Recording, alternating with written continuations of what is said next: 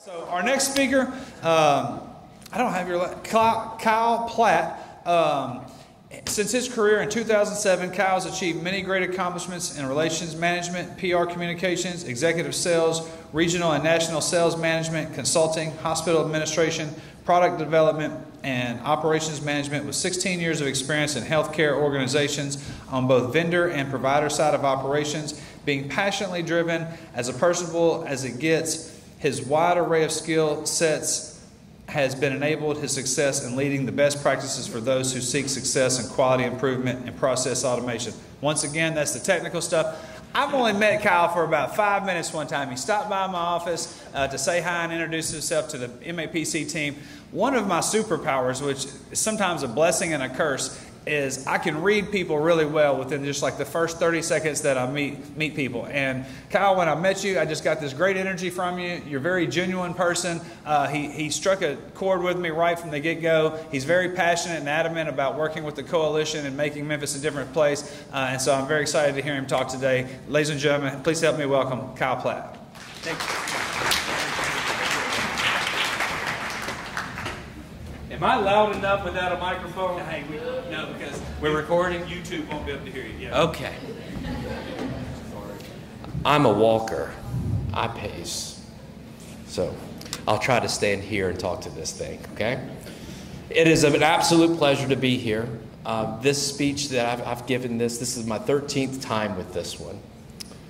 And I was asked to put this together by a coincidence, just of a conversation that I was having with somebody who was throwing a very, very similar type of summit down in Mobile, whose theme for their summit was why members of the minority community are not seeking services at a rate of other communities. And we got into this conversation talking about it, and I offered the idea of, well, how we all go to market and the language that we use doesn't connect. And the lady that was throwing the summit says, you got to speak on that at my summit. So I wrote this for that. And it's interesting to me. I'm fairly new to behavioral health. I've been in this for about 2.5 years. And I cannot believe how blessed I've been and how well that I fit in. Give me 1 second. Stay there for a second. Yes. I get to show energy when I pace. All right. When I came into this industry, I had to do like everybody else. I had to go through an interview process. I interviewed with the person that I was replacing, interviewed with the CEO of a hospital, and then my last interview was with a corporate supervisor. Interesting enough, in that meeting, we're sitting there talking about behavioral health, substance use disorder, but while I'm sitting there talking about it, I'm using phrases that my corporate supervisor was deeming inappropriate language. I was saying things like drug abuse, drug users, and she'd stop me every time and say, can't say that. So what do you want me to say? Substance use disorder. Okay? So we're getting in a conversation, and the next thing's coming out of my mouth is substance abuse. Nope, can't say that. Impeccable resume, overqualified, and at the end of it she says, you're not going to work out because of one reason. My language. It's going to be an issue. And oddly enough, is this him? Oh, yes. Bang! Now we're ready to roll. We still got some energy. I'm the last speaker, okay? I promise you, I'm going to try to get you out of here early, okay? But we're not going to miss the purpose and the meaning of this wonderful message, okay? So, oddly enough, my first 10 minutes in this industry, I was stigmatized into the language. Fair? Now, when we talk about stigma as providers, one thing that I've come to realize, and not really realize, I'm still trying to understand it, but what it seems to me is just this broad term that a lot of providers use to bundle in reasons why other people don't seek our awesome services. Right? It's part of the stigma. And we go out, we advocate, we educate, we raise awareness, yet percentages of the populations that are seeking out our services aren't rising. It's just the stigma. When I started putting this together, as I was a director of business development of a hospital called Alliance Health Center in Meridian, Mississippi, I started going through all of our data and the metrics, and a realization hit me right between the eyes. We had near zero consumer direct entry into our hospital services. So I started looking through all of our content and our language, how we go to market, how do we speak to people when we're out and about. And I realized that our language was probably one of our biggest impacts. So what I'm going to talk to you today about are a couple themes. I like to present my speeches with thoughts to consider while we're going through this, and then I'll go through an agenda of exactly what we're going to go through.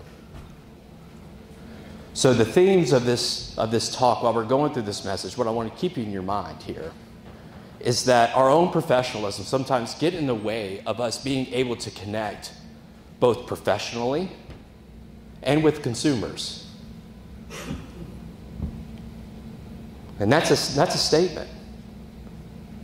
Provider to provider, we have language-based stigmas between ourselves. And I'm going to show you real live examples of marketing material that I put together, I represented, and I put out in the market. And I'm going to give you some real feedback, some of the pushbacks that I've gotten from other providers. Okay?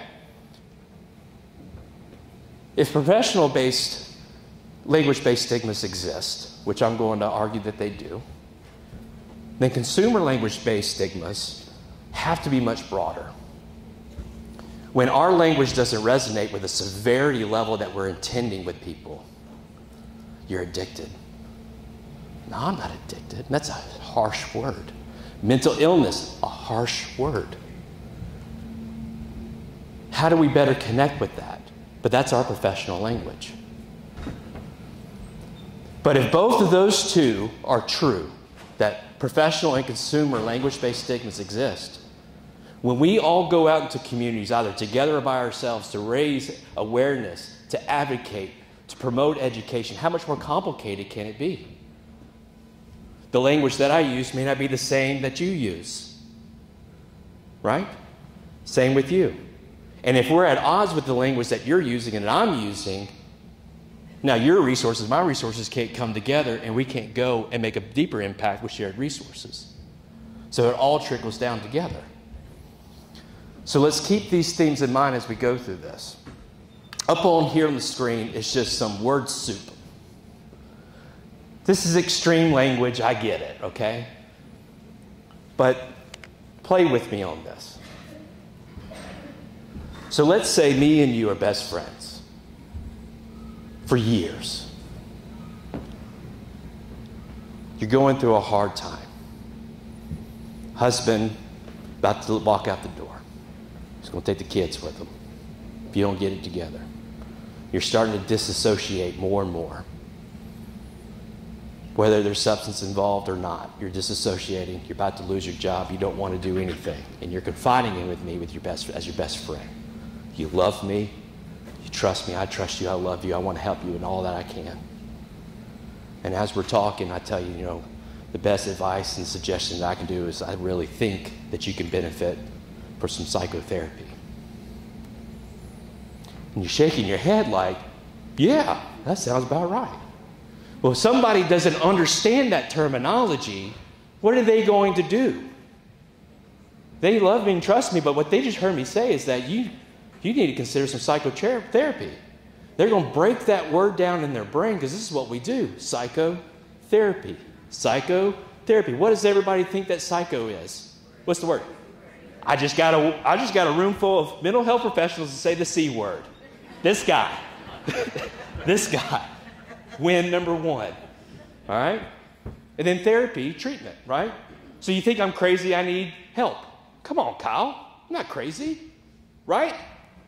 But as a professional, well, I know that's not what I'm intending, but that's what I'm communicating, not realizing what they're hearing. And this is all throughout our communications. And I think this is the main reason why a lot of our awareness and education are not as successful as we hope to. We'll go out and do health fairs. We'll give the good word out how to access our services, but nobody shows up. Right? I'm going to show you data from Mississippi. I was looking through Tennessee's Fast Facts. They didn't give it as clear as Mississippi does. but I'll show you some of the Tennessee data that shows the percentage of the population that is mentally ill and not seeking services, and it'll blow your mind. You probably already have a pretty good understanding of it. And I think this is playing a big role into it. So just like we were talking about with psychotherapy, when somebody lacks the understanding of words being used in a conversation, what do your minds do? You pick it apart like we just did, right? Psychotherapy. We'll go to the underlying severity of the language being interpreted, and that language will be, when it's being interpreted, will be and can be misconstrued. I'll give you an example. Make this personal to you.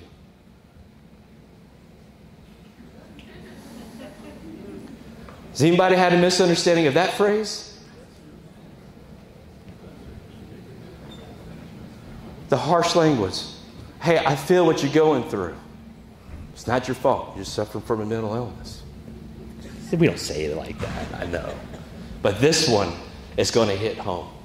It's my favorite one.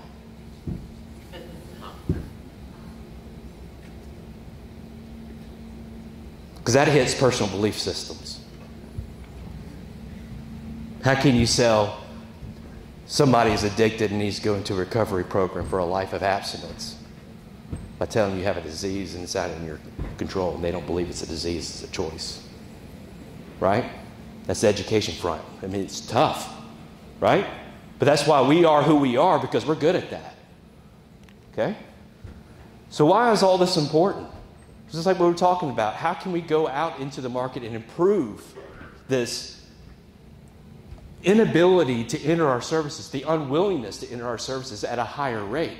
Our communities are sick.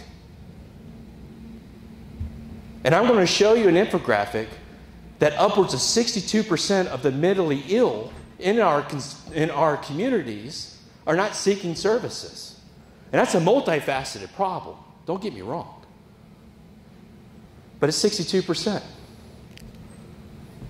So what I'm going to go through to explain and help walk through some of these language-based stigmas and how they exist within. Raise your hand if you work for a company that has marketing material, has a marketing department, has brochures that you pass out. Okay? So if you can't laugh at yourself, who are you? Okay? So I'm going to utilize my own content. I'm going to show you some of my own data for one of my hospitals. I'm going to talk about some of my efforts to turn it around and how they failed, because our attachment to being professional and using acceptable language, and that we're always correcting other people. No, don't call it that, right? It prevents us to be making deeper impacts into the consumer population, into our communities, into our peers. We work very well from provider to provider, but yet we still have some hangups there. So what I'm going to show you is that our language, number one, it's not always synonymous between the professionals. Number two, it does not clearly translate to consumers. And then lastly, because of all this, our language can detract entry into our services. And I'm going to use my own content. We're going to make fun of Kyle. Okay? All right? So this first flyer up here is a flyer that we use when we started expanding into the great state of Alabama with our substance use continuum. Okay? Simple flyer that describes a 3-step continuum of substance use opportunities. Okay? Very easy. Can't offend anybody. I'm going to a detox center and saying, look, you're worried about the aftercare services and availability of services beyond yours. Look here. They do step 1 with you. Step 2 with us, inpatient rehab. Step 3, they can do a PHP. Hang on, Kyle. I've got a problem here. What's wrong? It's like, well, I don't like the word rehab. Can you change that to treatment? Yeah, I can change that to treatment. But let me continue to, no, don't continue. I don't want to show this to any of my clients until that says treatment. So I get back in my car, leave Birmingham, come back to Meridian, and I call my corporate ad agency. Ad agency, look, this flyer that you put together for me, I need you to replace the word rehabilitation into both places that it exists.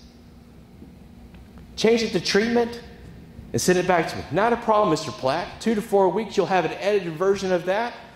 3 weeks later, I got an edit where they changed those 2 words. I said, great. Print it. Send me 5,000. 4 to 6 weeks later, I got 5,000 on them. Now I'm back and going over to Alabama. And this day, I'm in Mobile. And I'm going over in Mobile and saying, hey, look, provider, it's great. You provide these detox services. Step 1 is with you. Step 2 with us can be within our Transitions Dual Diagnosis Treatment Program. Step 3, PHP. Hang on, Mr. Platt. Yes? We don't call it dual diagnosis down here. I'm not kidding. This is real. This happened to this guy. Right? It's fine. Well, what do you want it to call? Co-occurring. Okay. Will you spell that for me? Make sure I get it absolutely correct. That's C-O. You use the hyphen, the dash? Yeah. Okay. Dash O-C-C-U-R. Are you double R or single R? I-N-G, right? So then I go back, get in my car, head back up to the hospital ad agency. I need you to go back to that flyer. I need you to change the terminology dual diagnosis to co-occurring, please. Not a problem, Mr. Platt. 2 to 4 weeks later, I get an edited revision where they change those 4 words. And I said, looks great, print it, send me 5,000 of them. 4 to 6 weeks later, I got another 5,000. Now I've got 15,000 of these. And they are regionally specific. So anytime I go to Birmingham, I've got a flyer. Anytime I go to Mobile, I got a flyer. And anywhere else I go, I've got a flyer. And then this one comes, and guess what they did? I missed it. They put rehab back in it.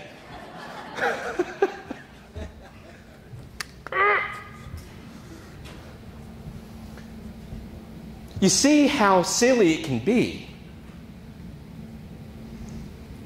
But as you guys know with me, it may seem petty.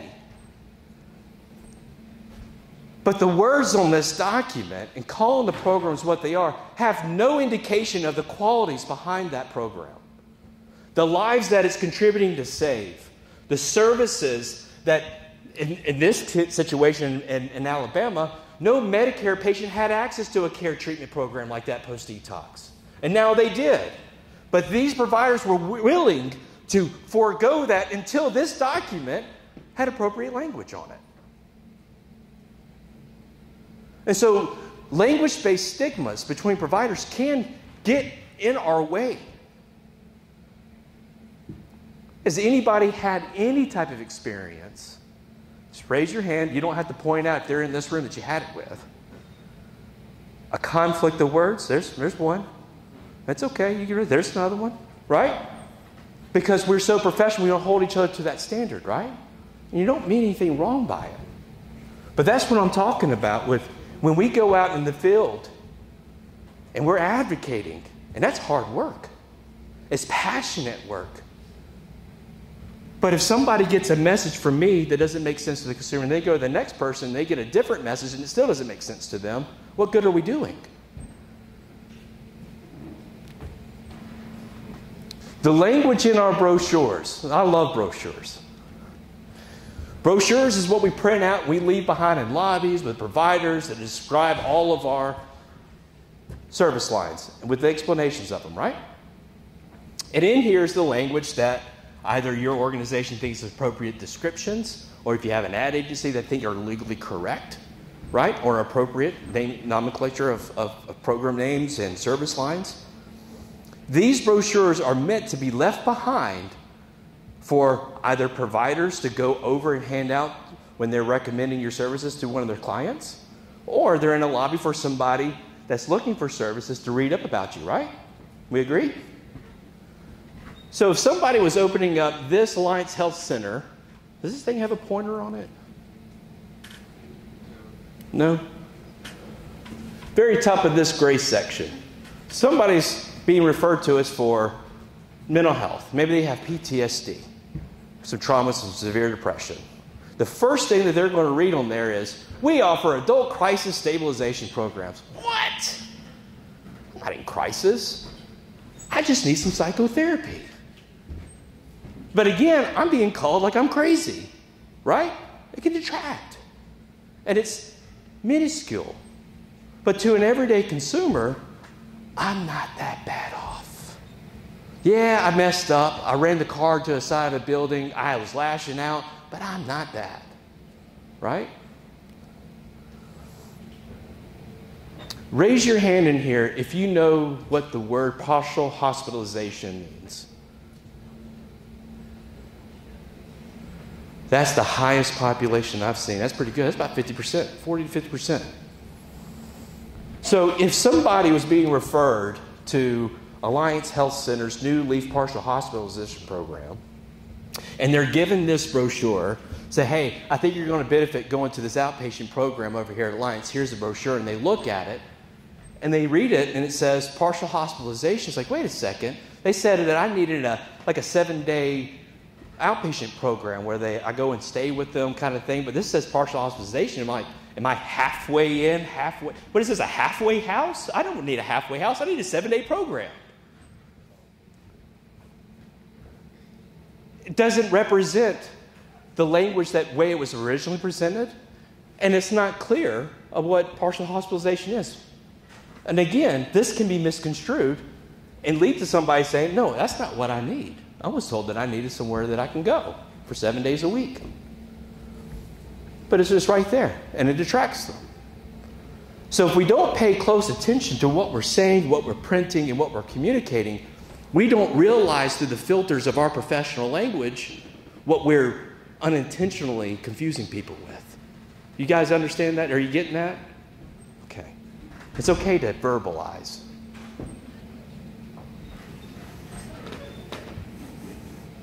Yes, it's okay. It's okay. Nods are great. You guys are awesome. I know I'm the last. This is the language that you get, though, when you know that you're not connecting. How many people have clients that you're recommending another line of service and you get a response like this? I mean, come on. Who doesn't? Who doesn't, right? My man.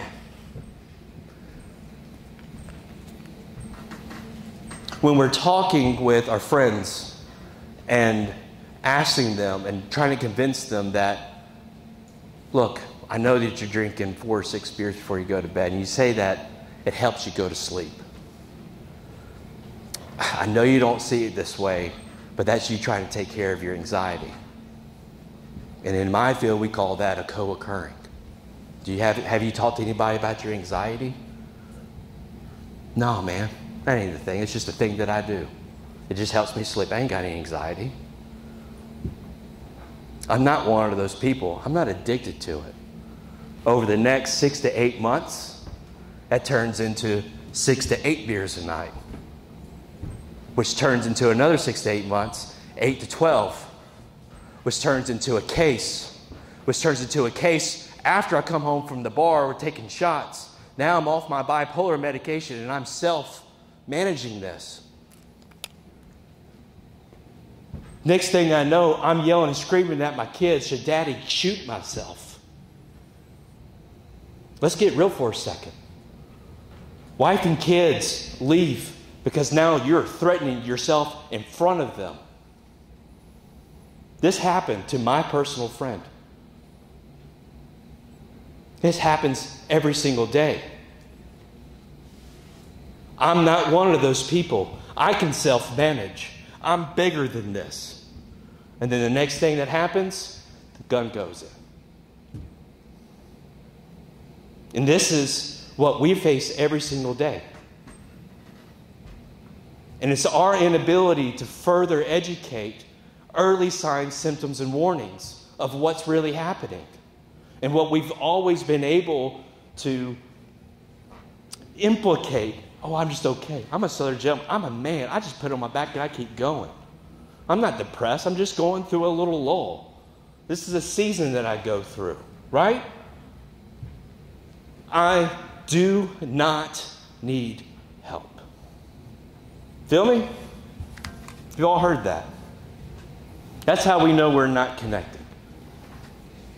So, one of the things that I've found that helps us better connect as we're looking at our language, the language that's in our print collateral, in our commercial videos like we were seeing here earlier, when we're out communicating and talking, what I've found is the further that we walk down our language from high, broad terminology of like mental illness, mental health, behavioral health, down to diagnoses of depression, anxiety, bipolar. People still don't understand bipolar. They don't understand depression because it's just a seasonal thing I go through. It's just a stroke of bad luck for me, right?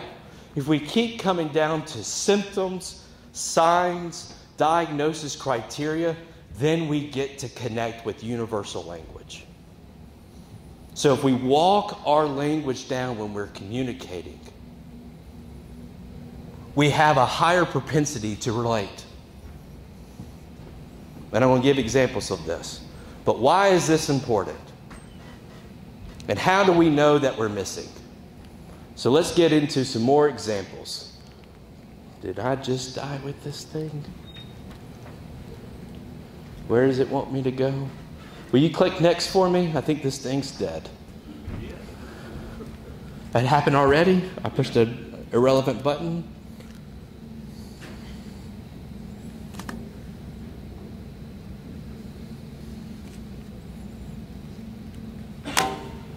During the pause.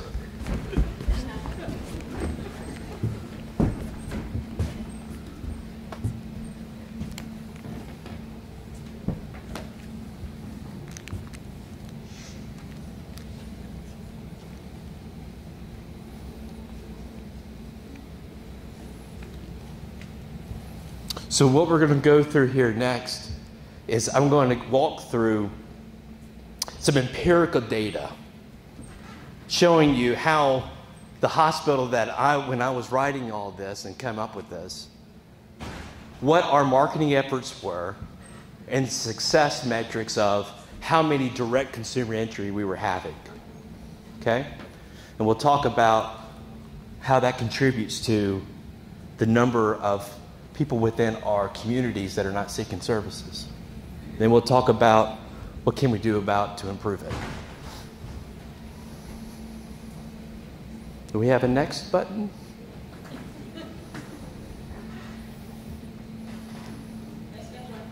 Okay.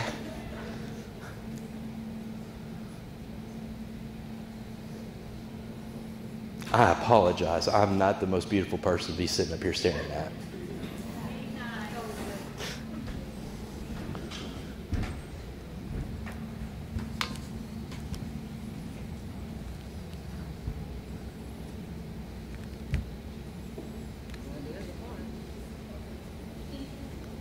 There we go. All right. So more than just a play of words, right? Let me show you how we miss consumers, how many consumers we actually miss. So what I'm going to go through off of a marketing budget of $1.2 million. That's boots on the ground, sending people out to advocate, recruit, relation management with providers, online advertising, TV commercials, everything, all in that bucket. What our efforts were and what the outcomes were. And I do this data relative to members of the minority communities seeking services because I think that's important. Okay? So I'm going to walk through patient demographics, segment performances, and portion of the market, of the consumer market not captured. So what this infographic is indicating is a portion of our total admissions broken out between mental health and substance use. Okay? So during this span of time, they were representing data across 4,500 admissions. Okay?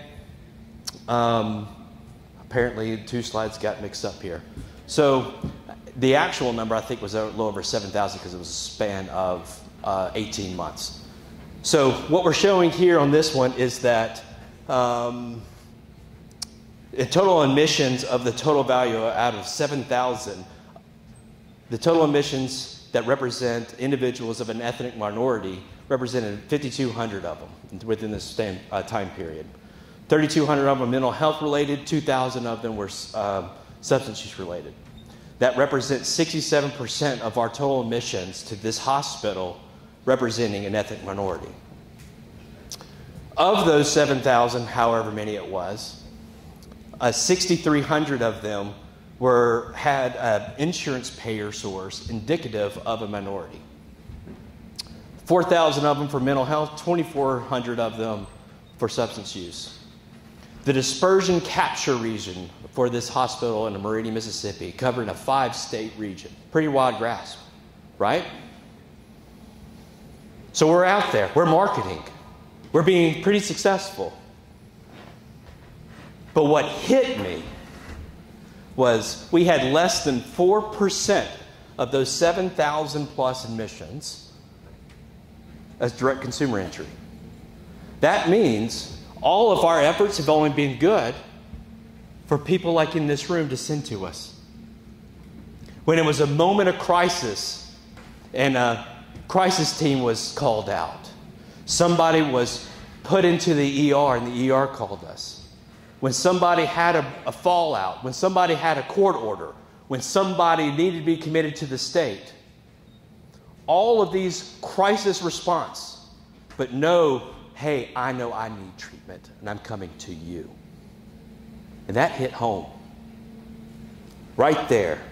Because I know what we have done, what I thought we were doing for public communications, community advocacy and awareness programs, and it hit hard. By the numbers according to the Mississippi Department of Mental Health, what they were indicating was, on a given year, 454,000 Mississippians suffer from a mental illness condition requiring a level of care of IOP or higher. Okay?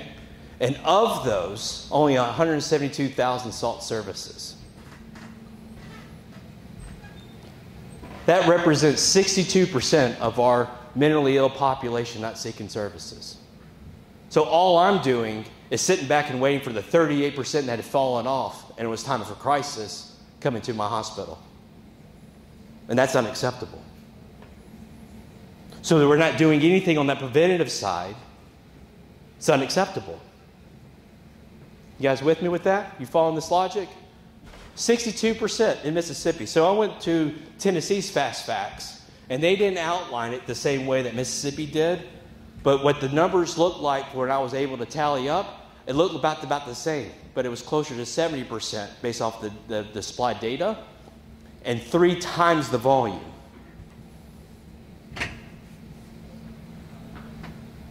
It's not just a Mississippi thing. I did the same thing in Alabama. Alabama was right there in line with Mississippi. It's high 60s. It's all of our issue. And I think that our language and the way that we communicate plays a big role in this. Because raise your hand if you've ever done public advocacy and awareness. It's a mission that we all do, right? Because we see how much hurt and pain and suffering is out there. To speed this up, because I know I'm last, I'm going to blow through this section where I tried to do something about it for a turnaround, okay? And I'm going to show you how I still struggle with my own company to be able to relabel my language into consumers, okay? And it's okay if you laugh at it, because this is what we go through sometimes. So now I'm like, okay, I'm repurposing my dollars. We're changing the way we go to market. We're changing the way that we're calling things and the way that we're explaining our details. The first thing I did was I canceled all of our TV advertising, and I created the foundation called the Community Action Coalition. So I put $160,000 behind going to cities across the states that we serviced, and once a month we meet with all the mental health providers, emergency response, mayor's office, you name it, everybody comes in. We talk about the trends of what's happening, what we're seeing inside of our communities. Talking with pastors, talking with football coaches. What are you guys seeing? Is there an increase in teen self-harm?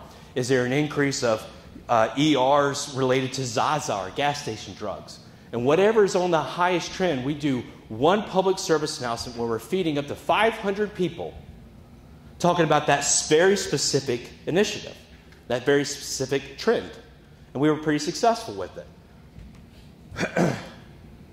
So to help leave information relevant to it, I got to go and create some content. So let's change some of the language. Let's create a campaign. So I'm going to create flyers around this with QR codes to lead to more educational resources. And to do so, I needed to create some social media graphics. So I draft one up and I sent it to my ad agency. 4 to 6 weeks later, here's what I get. So I want to go after in the stigma, like we all want to do, right? In the stigma. But I want to challenge the common misperceptions. This is what inpatient psych looks like.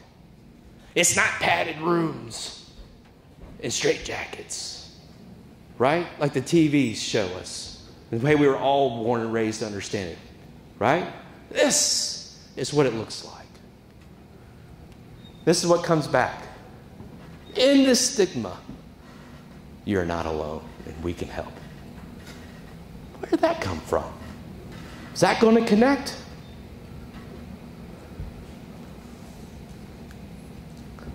In the stigma, why carry the weight of the world like Atlas? Even he struggled. Clever, right? And we get back at infographic. In the stigma, with the lady sitting by a stream looking off into the void. Why carry the weight of depression? See how bad we're missing? These are professional marketers putting this together. End the stigma. Break through to a healthier mental state.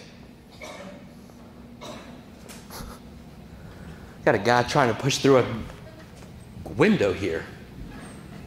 It's like a duality thing. I was like, well, look, you almost got something there, right? So let's change the words. And I got one out of it. But it's a struggle to point out what we really need to say to consumers and put it on a print collateral. It's making it difficult for me to improve this, right? So why is this really important? We see that we're missing consumers. I'm spending all this money to put boots on the ground initiatives, going out to communities, leaving brochures and pamphlets and information, trying to drive education, awareness, and advocacy. I'm trying to do everything that I possibly can to drive my passion and my heartfelt necessity. Like, I've got to do something for these people. I've got to do something for my communities. I know that I have resources that I can give more. I want to give more. And we're still not having the turnaround. And I'm still having these battles. Well, why is this important? 62% of people still don't get it. We still have people drinking 4 to 6 beers a night. That's turning to 8 to 12, to 12 to a case. We still have people self-managing their mental illness symptoms with substances. We still have people that think that it's not a disease.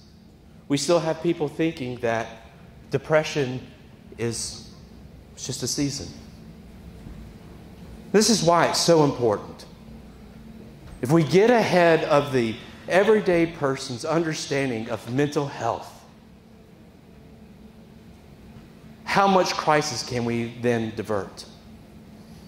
And it starts with how we educate people as professionals. And if we don't check our own language, in doing so, we can't measure how many people we're really not relating to. And we're going to continue to hear, I'm not one of those people. That's not me. Right? So I'm going to give you an example, and I'm going to wrap up with this. I'm going to show you 2 advertisements from this hospital at Alliance in Meridian. One's a 30-second commercial that we spent hundreds of thousands over years putting out into the community. Okay? I want you to listen to the language of it and see what you feel. Then I'm going to play another one. It's a little longer, but it walks the language down. And by walking the language down, the tone of it down to from non-professional language, see how much softer and relatable it is. Then after that, we'll ask the question, do you see the difference? And in that moment, you're going to know whether or not language-based stigmas are an issue or not from your own personal belief. So let's start with the first one.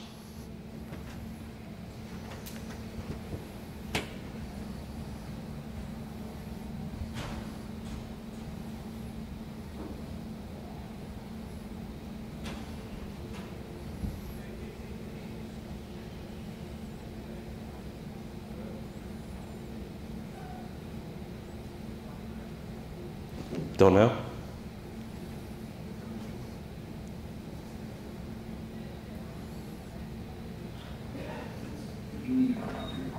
Okay.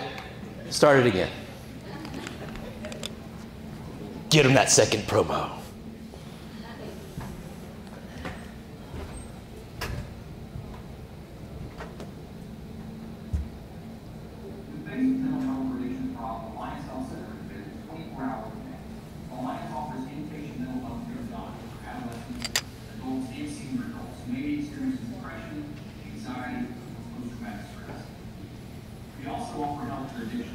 Medical detox, inpatient rehab, and moving recovery at Alliance and outpatient.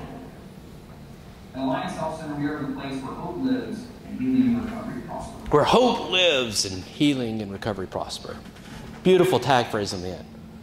I know it was hard to hear, but that infomercial started with, if you or a loved one is suffering from a mental illness or is suffering from an addiction, ain't me, Jack.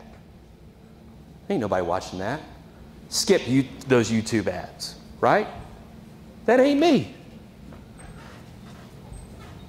But 62% of the people that are watching that are very likely part of the problem I'm trying to solve, right? You hear that? Let's do the next one. Do I need to click it for you? Here we go.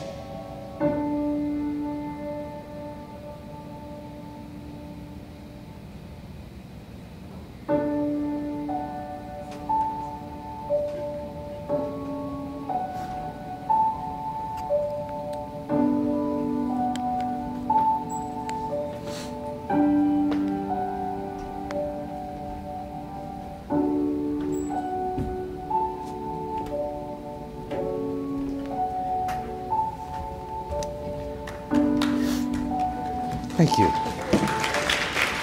Thank you. The contrast I'm sorry, that video gets me every time. Those are the people we see every day, right? All of us. You see the difference and the cross relation. And if we look at all the resources that we have at our phenomenal disposal, even as a collective, if we pay attention to the little things instead of just bundling things as it's just the stigma, if we find ways to become more proficient and not work against each other of, don't call it rehab. I'm sorry, I shouldn't have called it psychotherapy. There's somebody that's been through this just like you, and it's helped a lot of people through it. Can I introduce you to them? The way that we present this information makes a difference. Raise your hand if you saw the difference between those two. You felt it. So therefore, you have to admit that these language-based stigmas do exist. So if we just keep in mind that as we're out there in our communities, while we're advocating for our clients and their families and our peers, they're not professionals in our industry. They're professionals in their own. And I promise you, they can confuse you with their own terminology. Fair? What they need from us is just our compassion and our care and our help. What they don't need is our language getting in the way. Thank you.